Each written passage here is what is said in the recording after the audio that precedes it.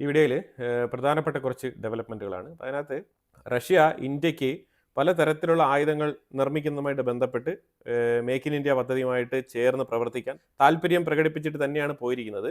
പക്ഷേ ഈ സമയത്തിൽ അമേരിക്ക ശരിക്കും ഇന്ത്യയുമായിട്ട് ചേർന്ന് പ്രവർത്തിക്കാൻ ആഗ്രഹിക്കുന്നുണ്ട്. അപ്പോൾ അതിനെ തുടർന്ന് അവർ പല രീതിയിലുള്ള റെപ്രസെൻറ്റേറ്റീവ്സ്, അമേരിക്കയിൽ തന്നെയുള്ള പല റെപ്രസെൻറ്റേറ്റീവ്സിനെ അവർ ഇന്ത്യക്കുള്ളിൽ അയച്ചുകൊണ്ടിരിക്കുകയാണ്. ഇപ്പോൾ അതാണ് സംഭവിച്ചുകൊണ്ടിരിക്കുന്നത്. ഇപ്പോൾ തന്നെ 7 to 11 7 മുതൽ 11 തീയതി വരെ അവരുടെ ഒരു അണ്ടർ സെക്രട്ടറി, അമേരിക്കയുടെ അണ്ടർ സെക്രട്ടറി ഇന്ത്യക്കുള്ളിലുണ്ട്. പല തരത്തിലുള്ള, അതായത് പ്രത്യേകിച്ച് ആർട്ടിഫിഷ്യൽ ഇൻ്റലിജൻസ്, അതിലുപരിയായിട്ട് സ്പേസ് ടെക്നോളജിയുമായിട്ട് ബന്ധപ്പെട്ടുള്ള ഒരു ജോയിൻറ്റ് വെഞ്ചർ, അതുമായിട്ട് ബന്ധപ്പെട്ട ഡിസ്കഷൻസ് ആണ് മുന്നോട്ട് പോകുന്നത്. അപ്പോൾ ഇതെന്തുകൊണ്ടാണെന്ന് പറഞ്ഞാൽ അമേരിക്കയുടെ ഉള്ളിൽ ഒരു സ്പെഷ്യൽ മീറ്റിംഗ്, അതായത് ഇന്ത്യയെ മാത്രം സെപ്പറേറ്റ് ആയിട്ട് എടുത്ത് വെച്ചിട്ട് ഡിസ്കസ് ചെയ്യുകയാണ് അമേരിക്കയുടെ ഉള്ളിൽ. അപ്പോൾ അതിൽ ഡൊണാൾഡ് ട്രംപ് കാണിച്ച വീഴ്ചകളൊക്കെ, അതായത് ഇന്ത്യക്കെതിരെ ഡൊണാൾഡ് ട്രംപ് എടുത്തുകൊണ്ടിരുന്ന നിലപാടുകൾ, ആ നിലപാടുകൾ വളരെ വളരെ മോശപ്പെട്ടതാണെന്നുള്ള അഭിപ്രായമാണ് US കോൺഗ്രസ്സിൽ ഉയർന്നു വരുന്നത്. എനിവേ മീറ്റിംഗ് നടക്കുന്നുണ്ട്. അപ്പോൾ അതെന്തായാലും പുരോഗമിക്കട്ടെ. അത് കഴിഞ്ഞിട്ട് അതിൻ്റെ പൂർണ്ണമായിട്ടുള്ള വിവരങ്ങൾ നമുക്ക് ഡിസ്കസ് ചെയ്യാം. പക്ഷേ ഇപ്പം നിലവിൽ നമുക്ക് മനസ്സിലാക്കാൻ പറ്റുന്ന വിഷയങ്ങൾ എന്ന് പറഞ്ഞാൽ, ഇപ്പം ഞാൻ ഈ പറഞ്ഞതുപോലെ ഒരു അണ്ടർ സെക്രട്ടറി, ഇവർ ആലിസൺ ഹൂക്കർ എന്നാണ് ഇവരുടെ പേര്. ആലിസൺ ഹൂക്കർ ഇന്ത്യയിലുണ്ട്. അവർ 7 തീയതി മുതൽ 11 തീയതി വരെ ഇന്ത്യക്കുള്ളിൽ ഉണ്ടാവും. അതായത് നെക്സ്റ്റ് വീക്കിൽ US ഒരു ടീം തന്നെ ഇന്ത്യക്കുള്ളിൽ വരുന്നുണ്ട്. ട്രേഡുമായിട്ട് ബന്ധപ്പെട്ട നെഗോസിയേഷൻ നടത്താനാണ് വരുന്നത്. അപ്പോൾ അതിന് മുന്നോടിയായിട്ട് ഇന്ത്യയുമായിട്ട് ബന്ധപ്പെട്ട, അതായത് പലതരത്തിലുള്ള മേഖലകൾ, വിവിധ മേഖലകളുമായിട്ട് ബന്ധപ്പെട്ടുള്ള ചർച്ചകൾ നടത്താനാണ് ഇവർ ഇന്ത്യക്കുള്ളിൽ വന്നിരിക്കുന്നത്. പ്രത്യേകിച്ച് Russian president Vladimir Putin India സന്ദർശിച്ചത് ശരിക്കും അമേരിക്കയ്ക്ക് ഒരു സൂചനയായി മാറിയിട്ടുണ്ട്. അതുപോലെ അമേരിക്കയുടെ ഹോംലാൻഡ് സെക്യൂരിറ്റി, അതേപോലെ തന്നെ അവരുടെ പെന്റഗൺ ഉൾപ്പെടെയുള്ള അവരുടെ ഡിഫൻസുമായിട്ട് ബന്ധപ്പെട്ട ഡിപ്പാർട്ട്മെന്റുകളിൽ നിന്നൊക്കെ അഭിപ്രായം വന്നിട്ടുണ്ട്. ചൈന ഒരു ഡോമിനേറ്റ് പവറായിട്ട് മാറുകയാണ് അമേരിക്കയ്ക്കെതിരെ. ശരിക്കും അമേരിക്കയെ മുട്ടുകുത്തിപ്പിച്ചതിൽ ചൈനയ്ക്ക് വലിയ പങ്കുണ്ട്. അത് അമേരിക്ക ഇപ്പോൾ തിരിച്ചറിയുന്നുണ്ട്. അപ്പോൾ അതുകൊണ്ട് ട്രംപ് മുന്നോട്ട് വെക്കുന്ന ചെറിയ ചെറിയ ഒരു ഉഡായിപ്പ് വിദ്യകളുണ്ടല്ലോ, ഈ താരിഫ്, പിന്നെ ഇതുമായിട്ട് ബന്ധപ്പെട്ട വിഷയങ്ങൾ, ഈ ഇമിഗ്രേഷൻ, അതേപോലെ ഇന്ത്യക്കാർക്ക് ജോലി കൊടുക്കുന്നതുമായിട്ട് ബന്ധപ്പെട്ട വിഷയങ്ങൾ, ഇതൊന്നും വലിയ സംഭവമേ അല്ല എന്നുള്ളതാണ് ഇപ്പോൾ അമേരിക്കയുടെ കണ്ടെത്തൽ. ഇനി അതിലേക്ക് നമുക്ക് വരാം. അതിനിപ്പോൾ ഇവർ വന്നിരിക്കുന്ന കാര്യം എന്ന് പറഞ്ഞാൽ, ആലിസൺ പറഞ്ഞു വെക്കുന്നത് മെയിനായിട്ട് ആലിസൺ 2 സിറ്റികൾ സന്ദർശിക്കും. അതിലൊന്ന് ബംഗളൂരു, പിന്നെ ഒന്ന് ഡൽഹി. ഡൽഹിയിൽ ശരിക്കും ഗവൺമെൻറ് ഓഫീഷ്യൽസുമായിട്ട് ബന്ധപ്പെട്ട മീറ്റിങ്ങുകളാണ് നടക്കുക. തികച്ചും ടെക് അഥവാ IT, അതുപോലെ തന്നെ ആർട്ടിഫിഷ്യൽ ഇൻ്റലിജൻസ്, അതുപോലെ തന്നെ സ്പേസ് റിസർച്ച് ഓർഗനൈസേഷൻ, ഇതുമായിട്ട് ബന്ധപ്പെട്ട ചർച്ചകളാണ് ശരിക്കും ബാംഗ്ലൂരിൽ ഡിസൈഡ് ചെയ്തിരിക്കുന്നത്. അപ്പോൾ ഇത് US India strategic partnership strengthen ചെയ്യുന്നതിൻ്റെ ഭാഗമായിട്ടും കൂടിയാണ് ഒരു വിസിറ്റ് എന്ന് പറയുന്നുണ്ട്. അതുപോലെ enhancing commercial and economic ties, അതും കൂടി പറയുന്നുണ്ട്. സ്പെസിഫിക് ആയിട്ട് ഈ വാക്കുകൾ തന്നെയാണ് അവർ ഉപയോഗിച്ചിരിക്കുന്നത്. അവരുടെ key focusing will be American export, അതായത് അമേരിക്കയിൽ നിന്നും ഏറ്റവും കൂടുതൽ സാധനങ്ങൾ ഈ മേഖലയിൽ ഇന്ത്യക്കുള്ളിൽ എന്തെല്ലാം കൊണ്ടുവരാൻ പറ്റും എന്നുള്ളതിനെ കുറിച്ചാണ് അവർ ചിന്തിക്കുന്നത്. അപ്പോൾ അവരുടെ ഡൽഹി വിസിറ്റുമായിട്ട് ബന്ധപ്പെട്ട് അവർ പറഞ്ഞിരിക്കുന്നത്, ഡൽഹിയിൽ മെയിനായിട്ട് സ്റ്റേ ചെയ്യുന്ന ആ ഒരു ദിവസങ്ങളിൽ അവർ ഉദ്ദേശിക്കുന്നത് ഒരു ജോയിന്റ് കൊളാബറേഷൻ, അതുപോലെ ഇന്ത്യയുടെ സീനിയർ ഒഫീഷ്യൽസുമായിട്ട് ഡിസ്കഷൻ നടത്തിയിട്ട് എങ്ങനെയാണ് നെക്സ്റ്റ് ലെവലിലേക്ക് നമ്മളുടെ സ്ട്രാറ്റജിക് പാർട്ട്ണർഷിപ്പിനെ മുന്നോട്ട് നയിക്കാം എന്നുള്ള ചർച്ചകളായിരിക്കും നടത്തുക എന്നും കൂടി അവർ പറയുന്നുണ്ട്. അപ്പോൾ അവർ അമേരിക്കയുടെ മേജർ കൺസേൺ ഉള്ള ഏരിയ അവർ പറയുന്നുണ്ട് regional security concern, economic corporation. ഈ എക്കണോമിക് കോപ്പറേഷൻ ഇച്ചിരി ഡൗൺ ആയത് എന്തുകൊണ്ടാണെന്ന് പറഞ്ഞാൽ ട്രംപിൻ്റെ ഒരു താരിഫ് പോളിസി, ട്രംപ് എടുത്ത ചില നിലപാടുകൾ, അത് തന്നെയാണ് ചൂണ്ടിക്കാണിക്കുന്നത്. അതുപോലെ ഷെയർഡ് പ്രയോറിറ്റീസ്, രണ്ടുപേർക്കും തുല്യമായിട്ടുള്ള, അതായത് ഇന്ത്യയും അമേരിക്കയും ചേർന്ന് പ്രവർത്തിക്കണം. എവിടെയാണ്? ഇൻഡോ പസഫിക്കിൽ ഒരു ഫ്രീ ആൻഡ് ഓപ്പൺ പോളിസി വേണം എന്നാണ് ആവശ്യപ്പെടുന്നത്. അത് വേറൊന്നും കൊണ്ടല്ല, ഇന്ത്യ ഈ ഇടയായിട്ട് ഇൻഡോ പസഫിക്കിൽ ഈ ക്വാഡ് ഉണ്ടോ ഇല്ലയോ എന്നുള്ളത് പോലും മൈൻഡ് ചെയ്യാണ്ട്, ക്വാഡിനെ ഇഗ്നോർ ചെയ്തുകൊണ്ട് ജപ്പാനും ഓസ്ട്രേലിയയ്ക്കും സൗത്ത് കൊറിയയ്ക്കും ഒരു സപ്പോർട്ട് അത് വളരെ വ്യക്തമായിട്ട് കൊടുത്തതാണ് ഇതിൻ്റെ പുറകിൽ അമേരിക്കയെ ഈ രീതിയിൽ ചിന്തിപ്പിക്കാൻ പ്രേരിപ്പിച്ചത്. കാരണം ഇൻഡോ പസഫിക്കിൽ അമേരിക്ക ഇല്ലെങ്കിലും ഇന്ത്യ ഇവിടെ നിലനിൽക്കും എന്നുള്ളൊരു മെസ്സേജ്, സ്ട്രോങ് മെസ്സേജാണ്. ആ മെസ്സേജാണ് ഇന്ത്യ കൊടുത്തത്. അതായത് ക്വാഡെ ഇല്ലാതാക്കി കളയുന്ന ഒരു പ്രവൃത്തി, അതാണ് ഇന്ത്യ ചെയ്തത്. അപ്പോൾ അതുകൊണ്ട് ക്വാഡ് നിലനിൽക്കേണ്ടതിൻ്റെ അനിവാര്യത എന്താണ്, അമേരിക്കയുടെ പ്രാധാന്യം എന്താണെന്നുള്ളതൊക്കെ അവർ എടുത്ത് പറയുകയാണ് ഇന്ത്യയുടെ അടുത്ത്. നിങ്ങൾ ഞങ്ങളെ ഒഴിവാക്കിക്കൊണ്ട് ഇൻഡോ പസഫിക്കിലെ ഒരു സ്റ്റാർ ആവരുത്, ഞങ്ങളെയും കൂടെ ഒപ്പം കൂട്ടണം എന്നാണ് പറയുന്നത് അമേരിക്ക. അപ്പോൾ ഇന്ത്യ ഒരിക്കലും അമേരിക്കയെ മാറ്റി നിർത്താൻ വേണ്ടിയിട്ട് ശ്രമിച്ചിട്ടില്ല. അമേരിക്ക പലതരത്തിൽ ഇന്ത്യക്കെതിരെ സ്റ്റേറ്റ്മെൻറ്റുകൾ എടുത്തെറിഞ്ഞിങ്ങി വിട്ടപ്പോഴും ഇന്ത്യ വളരെ പീസ്ഫുള്ളായിട്ട് തന്നെയാണ് അതിനെ പേഷ്യൻസിയോടുകൂടി കേട്ടുകൊണ്ടിരുന്നത്. ഈ ക്വാഡ് മീറ്റിംഗ് വേണ്ട എന്ന് പറഞ്ഞ് ഒഴിവാക്കുന്നത് അമേരിക്കയാണ്. ബൈഡൻ്റെ അഡ്മിനിസ്ട്രേഷനിലും ഇതേ പ്രവൃത്തി തന്നെയാണ് അവർ ചെയ്തിരുന്നത്. ട്രംപ് വന്നിട്ടും ഈ വർഷം നടക്കാനിരുന്ന ക്വാഡ് പോലും നടത്തിയില്ല. എന്നിട്ടാണ് ഇൻഡോ പസഫിക്കിൽ ഇപ്പം ഫ്രീ ആയിട്ടുള്ള ഒരു ഓപ്പൺ പോളിസി വേണമെന്ന് അവർ ആഗ്രഹിക്കുന്നത്. അപ്പോൾ ഇതിനകത്ത് ഇന്ത്യയുടെ ഫോറിൻ സെക്രട്ടറി ആയിട്ടുള്ള വിക്രം മിസ്രി ഇതിനകത്ത് പങ്കെടുത്തിട്ടുണ്ട്. അല്ല, ഇന്ത്യ ഒറ്റ രാജ്യം വിചാരിച്ചത് കൊണ്ട് മാത്രമാണ് അമേരിക്കയുടെ സ്വാധീനം ഇവിടെ ഇൻഡോ പസഫിക്കിൽ നഷ്ടപ്പെടുകയാണ്. പ്രത്യേകിച്ച് സൗത്ത് ഏഷ്യൻ രാജ്യങ്ങളിലൊക്കെ നഷ്ടപ്പെടുകയാണ്.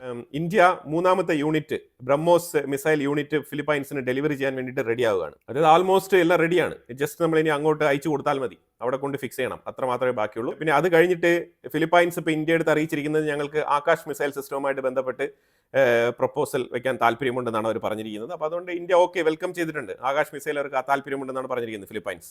നമ്മളുടെ ഡിഫൻസ് മാനുഫാക്ചറിങ് ടോട്ടലി 1.2 ട്രില്യൺ ആ ഒരു റേഞ്ചിലേക്ക് നമ്മൾ മാനുഫാക്ചറിങ് നടത്തിയിട്ടുണ്ട്.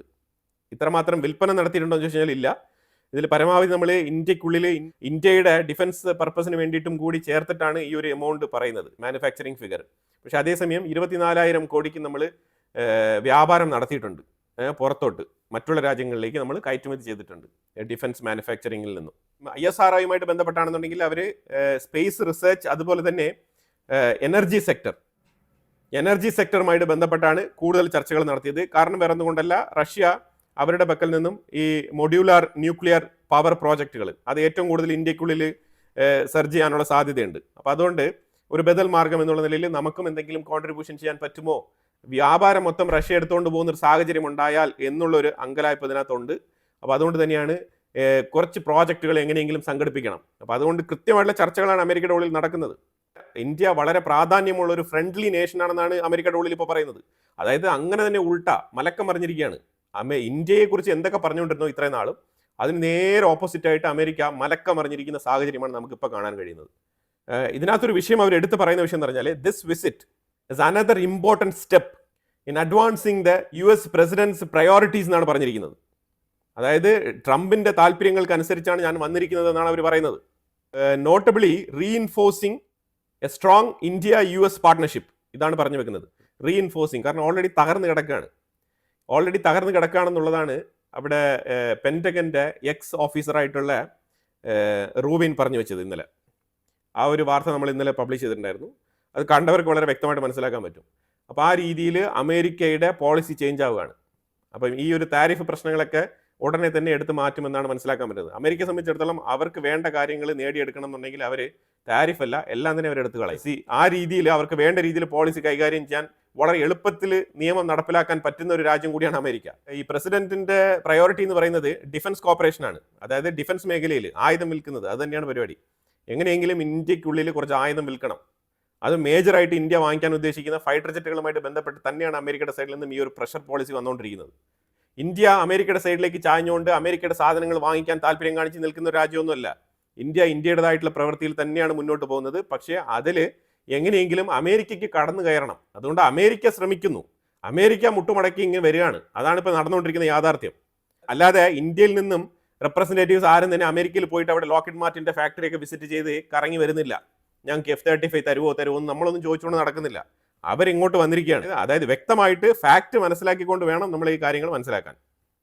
അതുപോലെ അവർ ജോയിൻ്റ്ലി കണ്ടംപ്റ്റ് ടെററിസം, ഇതിനെക്കുറിച്ച് നമ്മൾ ഇന്നലെ തന്നെ അപ്ഡേറ്റ് ചെയ്തിട്ടുണ്ടായിരുന്നു. അതായത് ജയ്ഷെ മുഹമ്മദിനെയും ലഷ്കറിനെയും അതേപോലെ ഇന്ത്യക്കുള്ളിൽ പകൽഗാമിൽ ആക്രമണം നടത്തിയ ദ റെസിസ്റ്റന്റ് ഫ്രണ്ട് എന്ന് പറഞ്ഞ ആ സംഘടനയും തീവ്രവാദികളായിട്ട് പ്രഖ്യാപിച്ചുകൊണ്ട് അവർക്കെതിരെ നടപടിയെടുക്കും, ഇന്ത്യയോടൊപ്പം നിൽക്കുമെന്നുള്ള സ്റ്റേറ്റ്മെന്റ് ഡൊണാൾഡ് ട്രംപിന്റെ ഓഫീസ് തന്നെ പറഞ്ഞിട്ടുണ്ട്. തീവ്രവാദികൾക്കെതിരെ നിലപാടെടുക്കുന്ന സാഹചര്യത്തിൽ അവർ നവംബർ 10 ഡൽഹി റെഡ് ഫോർട്ടിന്റെ മുന്നിൽ വെച്ച് നടന്ന പൊട്ടിത്തെറി, അതിനെയും കൂടി തീവ്രവാദ ആക്രമണങ്ങളുടെ ലിസ്റ്റിൽ പെടുത്തി തന്നെയാണ് അമേരിക്ക ഇന്ത്യയോടൊപ്പം ചേർന്ന് നിലപാടെടുത്തിരിക്കുന്നത്. ഇതിനിടയ്ക്ക് Russia 6th gen fighter jet manufacturing ചെയ്യുന്നതുമായിട്ട് ബന്ധപ്പെട്ട് ഇന്ത്യക്ക് പൂർണ്ണമായിട്ട് ഫുൾ ഫ്ലെഡ്ജ്ഡ് ആയിട്ട് ടെക്നോളജി ട്രാൻസ്ഫർ ചെയ്തുകൊണ്ട് മാനുഫാക്ചറിങ് യൂണിറ്റ് സ്ഥാപിക്കാൻ വേണ്ടിയിട്ട് സഹായിക്കുമെന്ന് പറഞ്ഞിട്ടുണ്ട്. അതുപോലെ തന്നെ അത് ബോംബർ നിർമ്മിക്കാനാണ്, മനസ്സിലായോ? അതായത് അമേരിക്കയുടെ കയ്യിലൊക്കെയുള്ള B-2 ബോംബർ പോലത്തെ ബോംബർ ഫൈറ്റർ ജെറ്റ് നിർമ്മിക്കാൻ വേണ്ടിയിട്ടുള്ള ഇന്ത്യയുടെ ശ്രമത്തിന് പൂർണ്ണമായിട്ട് സഹകരിക്കും. അതിനുവേണ്ടി എന്ത് ടെക്നോളജി വേണമെങ്കിലും റഷ്യ കൊടുക്കാൻ തയ്യാറാണെന്നാണ് അവർ പറഞ്ഞിരിക്കുന്നത്. റഷ്യ എത്രത്തോളം ഇന്ത്യക്ക് ടെക്നോളജി തരാമെന്ന് പറയുന്നോ അത്രത്തോളം അമേരിക്ക നിങ്ങൾ ഞങ്ങളുടെ ഇന്നത് വാങ്ങിക്കൂ, അന്നത് വാങ്ങിക്കൂ, ഞങ്ങളുമായിട്ട് സഹകരിച്ച് പ്രവർത്തിക്കൂ എന്നൊക്കെ പറഞ്ഞുകൊണ്ട് കാല് പിടിച്ചുകൊണ്ട് വരുന്ന രംഗമാണ് ഇപ്പോൾ നമുക്ക് കാണാൻ കഴിയുന്നത്. പ്രത്യക്ഷത്തിൽ അതാണ് സംഭവിച്ചുകൊണ്ടിരിക്കുന്നത്. പക്ഷേ ഇവിടെ ഒരു കാര്യമുണ്ട്, റഷ്യയുടെ കയ്യിൽ നിന്നും ഈ Su-57 ബന്ധപ്പെട്ട് ഇഞ്ചിൻ ടെക്നോളജി എന്ന് പറഞ്ഞ് നമ്മൾ ആവർത്തിച്ച് പറയാനുള്ള കാരണം വെച്ചാൽ, എന്തുകൊണ്ട് ഇഞ്ചിൻ ടെക്നോളജിയിൽ ഇപ്പോൾ ഇന്ത്യ കാവേരി എഞ്ചിൻ 40 വർഷമായിട്ട് കൊണ്ടു നടക്കുന്നത്, എന്താണ് അതിലൊരു പുരോഗതി വരുത്താൻ പറ്റാത്തതെന്ന് പറഞ്ഞു കഴിഞ്ഞാൽ, ഈ ഇഞ്ചിൻ ടെക്നോളജി എന്ന് പറയുന്നത് വളരെ പരിമിതമായ ചുരുക്കം ചില ഏതാണ്ട് 4 രാജ്യങ്ങൾ മാത്രമാണ് ഈ ഇഞ്ചിൻ നിർമ്മിച്ചുകൊണ്ടിരിക്കുന്നത് ഇപ്പോഴും. പ്രധാനമായിട്ടും ഇതിനകത്ത് മനസ്സിലാക്കാൻ പറ്റുന്ന വെച്ചാൽ ജർമ്മനിയിലുള്ള ഒരു വ്യക്തിയാണ് ഈ എഞ്ചിനുമായിട്ട് ബന്ധപ്പെട്ടുള്ള ഈ ടെക്നോളജി ആദ്യം കണ്ടുപിടിക്കുന്നത്. പിന്നീട് ആ വ്യക്തി അമേരിക്കയിലേക്ക് ചേക്കേറുന്നു. അയാളോടൊപ്പം പ്രവർത്തിച്ചിരുന്ന കുറച്ച് ആൾക്കാർ റഷ്യയുടെ പക്കൽ പോകുന്നു. അങ്ങനെയാണ് ഈ രണ്ട് രാജ്യങ്ങളും ഈ എഞ്ചിൻ ടെക്നോളജിയിൽ ആദ്യം എക്സ്പേർട്ട് ആവുന്നത്. അപ്പം അതുകൊണ്ട് അമേരിക്കയിലും റഷ്യയിലും ഈ ടെക്നോളജി ആദ്യമേ വരികയാണ്. ഇവിടെ ജർമ്മനിയിൽ നിന്ന് പോയ ആളാണ് എഞ്ചിൻ ടെക്നോളജിയുടെ പുറകിലുള്ളത് എങ്കിലും ജർമ്മനിക്ക് ഇപ്പോഴും എഞ്ചിൻ ടെക്നോളജി എന്ന് പറയുന്നത് കിട്ടാക്കനി തന്നെയാണ്. അപ്പോൾ നമ്മൾ മനസ്സിലാക്കിക്കോണം ഇതിൻ്റെ ഉള്ളിലുള്ള ഒരു കോംപ്ലക്സിറ്റി. ഈ എഞ്ചിൻ എന്ന് പറയുന്നത് ഹൈ പ്രഷറിൽ എയർ കംപ്രസ് ചെയ്ത് അതിനോടൊപ്പം ഫ്യൂവൽ കത്തിച്ച് കംപ്രസീവ് ആയിട്ടുള്ള ഒരു പ്രഷർ പുറന്തള്ളിക്കൊണ്ട് ആ ഒരു എഫക്റ്റിൽ ന്യൂട്ടന്റെ തേർഡ് ലോ അതിന്റെ ഒരു അടിസ്ഥാനത്തിലാണ് എഞ്ചിൻ, റോക്കറ്റ് ഇതെല്ലാം തന്നെ പ്രവർത്തിക്കുന്നത്. ഇത്രയും സൊഫിസ്റ്റിക്കേറ്റഡ് ആയിട്ടുള്ള ഒരു ടെക്നോളജി എന്ന് പറഞ്ഞു കഴിഞ്ഞാൽ ഇതിനകത്ത് പലതും നിർമ്മിക്കുന്നത്, പല അലോയ് മാനുഫാക്ചറിങ് ഒക്കെ ഇതിനകത്ത് വരുന്നുണ്ട്. ഇപ്പം ഈ അലോയ് സാധനങ്ങളെല്ലാം തന്നെ നമ്മൾ മാനുഫാക്ചറിങ് ചെയ്യുമ്പോഴത്തേക്കും പലതും പല ക്രിസ്റ്റൽ ഫോമുകളിലായിരിക്കും നിർമ്മിക്കുന്നത്. പക്ഷേ ഈ എഞ്ചിന്റെ ബ്ലേഡ് അത് വളരെ വളരെ ഇമ്പോർട്ടൻ്റ് ആണ്. ഈ ബ്ലേഡാണ് ഏറ്റവും വലിയ ചാലഞ്ച്. ഈ ബ്ലേഡ്, ഈ ഷാഫ്റ്റ് പോലത്തെ ബ്ലേഡ് ഇത് സിംഗിൾ ക്രിസ്റ്റലിലാണ് ഇത് നിർമ്മിച്ചിരിക്കുന്നത്. അപ്പം ഇങ്ങനത്തെ നിർമ്മാണങ്ങളൊക്കെ ഇന്ത്യക്കുള്ളിൽ ഇനിയും വരേണ്ടതുണ്ട്. ഇതൊക്കെ നിർമ്മിക്കാനുള്ള കപ്പാസിറ്റി നമുക്ക് ആയിട്ടില്ല. അതാണ് യാഥാർത്ഥ്യം. ഇത് നമുക്ക് മാത്രമല്ല, ലോകത്തുള്ള പല രാജ്യങ്ങൾക്കും ഇത് സാധ്യമല്ല എന്നുള്ളതാണ് മനസ്സിലാക്കേണ്ടത്. അങ്ങനത്തെ ഒരു എഞ്ചിൻ നിർമ്മിക്കാനാണ് ഇന്ത്യ ശ്രമിക്കുന്നത്. ലോകത്താരും ചെയ്യാൻ മുതിരാത്ത പല കാര്യങ്ങളും ഇന്ത്യ ചെയ്യുന്നുണ്ടെന്നുള്ളതാണ് നമ്മൾ ഇതിൽ നിന്ന് മനസ്സിലാക്കേണ്ടത്. ഇപ്പം നമ്മളുടെ കാവേരി എഞ്ചിൻ അതൊരു സുപ്രഭാതത്തിൽ സക്സസ് ആവും. അത് സക്സസ് റേറ്റ് അച്ചീവ് ചെയ്യുന്ന സമയത്ത് ഏതാണ്ട് റഫേൽ ഫൈറ്റർ ജെറ്റിന് ഈക്വലൈസ് ചെയ്യുന്ന രീതിയിലുള്ള ഒരു എഞ്ചിനാണ് കാവേരി എഞ്ചിൻ. അതായത് റഫേൽ ഫൈറ്റർ ജെറ്റിൽ ഘടിപ്പിച്ചിരിക്കുന്ന എഞ്ചിന് സമാനമായ രീതിയിലുള്ള KN പവർ പ്രൊഡ്യൂസ് ചെയ്യാൻ കപ്പാസിറ്റി ഉള്ള ആ ഒരു എഞ്ചിൻ, ആ കാറ്റഗറിയിലുള്ള എഞ്ചിനാണ് നമ്മൾ നിർമ്മിക്കുന്നത്. പക്ഷേ അത് കുറച്ച് ടൈം എടുക്കും. അപ്പോൾ അതുകൊണ്ട് അതിൻ്റെ കോംപ്ലക്സിറ്റിയെ കുറിച്ച് മനസ്സിലാക്കി കഴിഞ്ഞാൽ കുറച്ചുകൂടെ ഈസി ആയിട്ട് നമുക്ക് ഞാൻ പറയുന്ന കാര്യങ്ങൾ കണക്ട് ചെയ്യാൻ പറ്റും. അപ്പോൾ എനിവേ അതവിടെ നിൽക്കട്ടെ. എഞ്ചിൻ ടെക്നോളജി എന്ന് പറയുമ്പോഴത്തേക്കും നമുക്ക് വേണമെങ്കിൽ എഞ്ചിനുമായിട്ട് ബന്ധപ്പെട്ട് മാത്രം ഒരു വീഡിയോ ഇടേണ്ടി വരും. കാരണം അത്രമാത്രം ഡീറ്റെയിൽസ് അതിനകത്തുണ്ട്. വളരെ കോംപ്ലക്സ് ആയിട്ടുള്ള ഒരു ടോപ്പിക്കാണത്. അതിനകത്ത് ഒരുപാട് സയന്റിഫിക് ടെർമിനോളജീസ്, അതിൻ്റെ മെഷർമെന്റ്സ്, കാര്യങ്ങൾ, അതിൻ്റെ മാനുഫാക്ചറിങ് ടെക്നിക്സ്, ഇതിനെല്ലാം കുറിച്ച് വിശദമായിട്ട് സംസാരിക്കേണ്ടി വരും. അപ്പോൾ അതുകൊണ്ട് അതവിടെ നിൽക്കട്ടെ. അപ്പോൾ ആ സാഹചര്യത്തിൽ ടെക്നോളജി നമുക്ക് ആര് തരുന്നോ അത് ഏറ്റെടുക്കുന്നതായിരിക്കും നല്ലത്. അല്ലാതെ നമുക്കൊരു ഫൈറ്റർ ജെറ്റ് ഇങ്ങോട്ട് തന്നിട്ട് അതിനൊരു കില്ലിംഗ് സ്വിച്ചും വെച്ചുകൊണ്ട് നീ എവിടെ പോകണമെങ്കിലും അത് ഓൺ ചെയ്യണം എന്നുണ്ടെങ്കിൽ ഒരു ഫോൺ വിളിച്ച് ചോദിക്കണം എന്നൊക്കെ പറഞ്ഞു കഴിഞ്ഞാൽ അത് ബുദ്ധിമുട്ടുള്ള കാര്യമാണ്. എനിവേ എന്തായാലും ഇന്ത്യ നല്ല തീരുമാനം തന്നെ എടുക്കുമെന്ന് പ്രതീക്ഷിക്കുന്നുണ്ട്. ജിയോ പൊളിറ്റിക്കലി, ഡിപ്ലോമാറ്റിക്കലി പ്രാധാന്യമുള്ള കാര്യങ്ങൾ നമുക്ക് നേടേണ്ടതുണ്ട് എങ്കിൽ നമുക്ക് വേണമെങ്കിൽ ഒരു 50-50 തൽക്കാലം വേണമെങ്കിൽ ഒരു 2 സ്ക്വാഡ്രൺ F-35, അതേപോലെ 2 സ്ക്വാഡ്രൺ Su-57 അങ്ങനെയൊക്കെ നമുക്ക് ഡിവൈഡ് ചെയ്ത് പർച്ചേസ് ചെയ്യാം. അതും മോശമല്ലാത്ത രീതിയിലുള്ള ഒരു തീരുമാനമായിരിക്കും.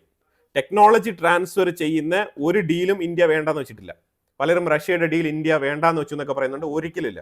അപ്പോൾ അതുകൊണ്ട് റഷ്യയുടെ ഡീൽ ഇന്ത്യ വേണ്ടാന്ന് വെച്ചു എന്നുള്ള രീതിയിലുള്ള പല തള്ളുകളും ഇവിടെ കാണാൻ കഴിയുന്നുണ്ട്. അതങ്ങനെയല്ല. അതാണ് നമുക്കിവിടെ പറയാനുള്ളത്. തീർച്ചയായിട്ടും റഷ്യയുമായിട്ട് നല്ല രീതിയിലുള്ള ചർച്ചകളാണ് നടന്നത്, പ്രൊഡക്റ്റീവായിട്ടുള്ള ചർച്ചകളാണ് നടന്നത്. പിന്നെ ഒരു കാര്യം മനസ്സിലാക്കണം, ഒരു രാജ്യം വന്ന് നമുക്കൊരു ഓഫർ ചെയ്യുമ്പോഴത്തേക്കും അതേ മേഖലയിൽ കോമ്പറ്റീറ്റർ ആയിട്ടുള്ള പല രാജ്യങ്ങളും നമുക്ക് ഓഫർ മുന്നോട്ട് വെക്കും. അപ്പോൾ അതേപോലത്തെ ഒരു വിഷയമാണ് ഇവിടെ നടക്കുന്നത്. ഇന്ത്യ, അമേരിക്ക, ഇന്ത്യ, റഷ്യ ആ ഒരു ജിയോ പൊളിറ്റിക്കൽ അനാലിസിസ് നോക്കിക്കഴിഞ്ഞാൽ ഇത് തന്നെയാണ് സംഭവിച്ചുകൊണ്ടിരിക്കുന്നത്. ഇന്ത്യ ഒരിക്കലും Su-57 വേണ്ടാന്ന് റിജക്ട് ചെയ്തിട്ടില്ല, പ്രത്യേകിച്ചും ടെക്നോളജി ട്രാൻസ്ഫറുമായിട്ട് ബന്ധപ്പെട്ട വിഷയത്തിൽ. ഇതൊരു ലോങ് ടേം പ്രോസസ്സിംഗിൽ ഉരുത്തിരിഞ്ഞു വരുന്ന ഒരു എഗ്രിമെന്റ് ആണ്. 2030 വരെ വലിയൊരു ഡോർ സ്പേസ് ഓപ്പൺ ചെയ്തുകൊണ്ട് ഡിസ്കഷൻ റൂം നമുക്ക് അവൈലബിൾ ആണ്. 2030 വരെ അതൊരു 5 വർഷത്തെ ഡ്യൂറേഷൻ ഉണ്ട്. അപ്പോൾ ആ ഡ്യൂറേഷനിൽ വളരെ റിലാക്സ് ആയിട്ട് നമുക്ക് ചർച്ച നടത്തി മുന്നോട്ട് കൊണ്ടുപോകാൻ പറ്റുന്ന ഒരുപാട് ഏരിയ ഉണ്ട് അതിനകത്ത്. അപ്പോൾ പെട്ടെന്ന് പോയിട്ട് Su-57 മേടിക്കാൻ വേണ്ടിയിട്ടോ അല്ലെങ്കിൽ Su-57 ഇന്ത്യക്ക് ഉടനെ നാളെ തന്നെ 10 എണ്ണം കയറ്റി വയ്ക്കാൻ വേണ്ടിയിട്ടോ അല്ല പുടിൻ ഇന്ത്യക്ക് വന്നത്. ഒരുപാട് കാര്യങ്ങൾ, കോംപ്ലക്സ് ആയിട്ടുള്ള പല കാര്യങ്ങളും ഇതിനകത്ത് കോർത്തിണക്കിയിട്ട് തന്നെയാണ് സംസാരിച്ചിരിക്കുന്നത്. അപ്പോൾ ഇത് റഷ്യയുമായിട്ട് നമ്മൾ സ്ട്രാറ്റജിക്കലി മുന്നോട്ട് കൊണ്ടുപോകുന്ന ഒരു പദ്ധതി കൂടിയാണ്. അപ്പോൾ അതുകൊണ്ട് ഇന്ത്യ ഒരിക്കലും അത് വേണ്ടാന്ന് വെക്കത്തില്ല. ഇന്ത്യ എന്നല്ല, ഒരു രാജ്യങ്ങളും അങ്ങനെ വേണ്ടാന്ന് വെക്കില്ല. പ്രത്യേകിച്ച് ഫൈറ്റർ ജെറ്റ് എഞ്ചിനുമായിട്ട് ബന്ധപ്പെട്ട ടെക്നോളജി ട്രാൻസ്ഫർ ചെയ്യുന്ന വിഷയത്തിൽ ഒരിക്കലും അങ്ങനെ ഒരു രാജ്യങ്ങളും ബുദ്ധിമോശം കാണിച്ചുള്ള തീരുമാനം എനിക്ക് വേണ്ട എന്ന് പറയില്ല. അങ്ങനെ ആരെങ്കിലും പറഞ്ഞ് നിങ്ങളെ തെറ്റിദ്ധരിപ്പിക്കുന്നുണ്ടെങ്കിൽ ആ പറയുന്ന ആൾക്ക് ബുദ്ധിയില്ല എന്ന് വേണം നിങ്ങൾ മനസ്സിലാക്കാൻ. കാരണം രാജ്യങ്ങൾ തമ്മിലുള്ള ഡിഫൻസ് മേഖലയുമായിട്ട് ബന്ധപ്പെട്ട വിറ്റുവാങ്ങലുകളിൽ ഒരിക്കലും ഓപ്പൺ ആയിട്ട് ഇത് ഞങ്ങൾക്ക് വേണ്ട എന്ന് ആരും പറയില്ല. അങ്ങനെ അഥവാ വേണ്ടാന്നുണ്ടെങ്കിൽ ഇന്ത്യ വേറൊരു തീരുമാനം എടുക്കും. ആ തീരുമാനം എടുക്കുന്ന സമയത്ത് മറ്റേ രാജ്യത്തിന് മനസ്സിലാവും, ഓക്കെ അവർ ഇപ്പോൾ ഈ ഒരു ഡീൽ കുറച്ച് താമസിച്ചേ മുന്നോട്ട് പോവുള്ളൂ, അല്ലെങ്കിൽ അവർക്ക് തൽക്കാലം ഇത് വേണ്ട എന്ന് അവർ സ്വയമേ മനസ്സിലാക്കും. അല്ലാതെ ഒരു രാജ്യവും നേരിട്ട് പോയിട്ട് നമുക്ക് വേണ്ട എന്നൊന്നും പറയത്തില്ല. അപ്പോൾ അതുകൊണ്ട് പുടിൻ ഇന്ത്യയിൽ നിന്ന് മോസ്കോയിൽ എത്തിയിട്ടില്ല. അതിനു മുമ്പേ ഇവിടെ ആൾക്കാർ പറഞ്ഞു തുടങ്ങി Su-57 വേണ്ടാന്ന് വെച്ചു ഇന്ത്യ എന്ന് പറഞ്ഞിട്ടുള്ള വാർത്തകളൊക്കെ നമുക്ക് കാണാൻ കഴിയുന്നുണ്ടായിരുന്നു. അപ്പോൾ എന്തായാലും കുറേ ഇൻഫർമേറ്റീവ് ആയിട്ടുള്ള വിഷയങ്ങളാണ് നമ്മൾ വീഡിയോയിൽ പങ്കുവച്ചത്. ഇതിനെക്കുറിച്ചുള്ള അഭിപ്രായങ്ങൾ കമന്റ് ബോക്സിൽ രേഖപ്പെടുത്തുക. തീർച്ചയായിട്ടും അമേരിക്കയിൽ ഇന്ത്യയെക്കുറിച്ച് സ്പെസിഫിക് ആയിട്ട് നടത്തുന്ന ചർച്ചയുടെ വീഡിയോ ഞാൻ ഇൻസൈറ്റ്സ് മലയാളം എന്ന് പറഞ്ഞ മെയിൻ ചാനലിൽ അപ്ലോഡ് ചെയ്യാം. ഈ വീഡിയോയെക്കുറിച്ചുള്ള അഭിപ്രായങ്ങൾ കമന്റ് ബോക്സിൽ രേഖപ്പെടുത്തുക. കൂടുതൽ വാർത്തകളുമായിട്ട് അടുത്ത വീഡിയോയിൽ വരാം. Thank so much.